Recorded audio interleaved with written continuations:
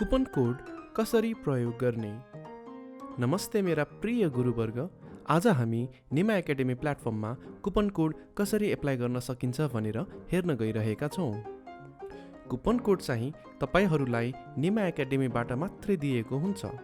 त्यसको लागि चाहिँ यदि निमा एकाडेमीमा केही अफरहरू वा डिस्काउन्टहरू पाउनु भएको खण्डमा कुपन कोड अथवा प्रोमो कोड भनेर पठाइएको हुन्छ। त्यसलाई हजुरहरूले युज गरेर कोर्सहरू पाउन सक्नुहुन्छ। त्यसकारण यदि तपाईहरूले पनि कुपन अथवा प्रोमो कोड भनेर पाउनु भएको छ भनेदेखि अब यो भिडियोमा देखाए अनुसार हजुरहरूले कुपन कोडलाई युज गरेर कोर्सहरू इनरोल गर्न सक्नुहुन्छ। सुरुमा त हजुरहरूले निमा एकाडेमी वेबसाइटमा गएर आफ्नो युजर आइडी र पासवर्ड हालेर लगइन गर्नुपर्ने हुन्छ।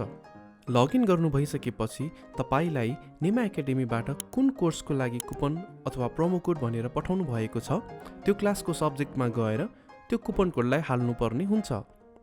मलाई चाहिँ ग्रेड 8 को फिजिक्सको कोर्सको लागि कुपन कोड निमा एकाडेमीबाट पठाउनु भएको हुनाले त्यो कोर्समा कुपन कोड हाल्न गइरहेको छु। हजुरहरूले पनि कुपन कोड हाल्नको लागि हजुरहरूलाई कुन कोर्सको कोड प्रदान गर्नुभएको छ त्यही क्लासको सब्जेक्टमा गएर इनरोल गरेर रिन्यू नाउ अप्सनमा जानुहोला। रिन्यू नाउमा क्लिक गर्नु भएपछि तपाईहरूले रिन्यू सब्सक्रिप्सनको बक्स देख्न सक्नुहुन्छ। बक्सको दायाँ भागमा तलपट्टि कुपन कोड भन्ने एउटा अप्सन देख्न सक्नुहुन्छ। त्यहाँ हजुरहरूलाई प्रोभाइड गरिएको कुपन कोड अथवा प्रोमो कोड हाल्नु पर्ने हुन्छ। हालिसक्नु भइसकेपछि त्यसलाई एप्लाई पनि गरिदिनु होला। एप्लाईमा क्लिक गरिसकेपछि हामीले यहाँ देख्न सक्छौँ सुरुमा हाम्रो कोर्सको अमाउन्ट 192 रुपिस थियो र अब हामीले कुपन कोड हालिसकेपछि कोर्सको अमाउन्ट चेन्ज भएको छ। मेरोमा चाहिँ फुल पेमेन्टको कुपन कोड भएको हुनाले ग्रान्ड टोटल 0 देखाइएको छ। हजुरहरूको पनि यदि फुल डिस्काउन्ट पाउनु भएको छ भने ग्रान्ड टोटल 0 नै हुनेछ। नत्र भने चाहिँ कोडको डिस्काउन्ट अमाउन्ट मात्रै घटेर टोटल अमाउन्टमा केही पे गर्नुपर्ने अमाउन्ट देखाइएको हुनसक्छ। यति सबै गरिसक्नु भएपछि सब्सक्राइब बटनमा क्लिक गर्नुहोला।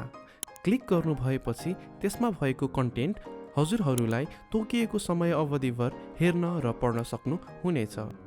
र यसरी नै अरू कोर्सहरूमा पनि हजुरहरूले यदि कुपन कोड पाउनु भएको छ भने त्यसलाई यसरी नै सब्सक्राइब गरेर हेर्न अनि पढ्न सक्नुहुनेछ। धन्यवाद।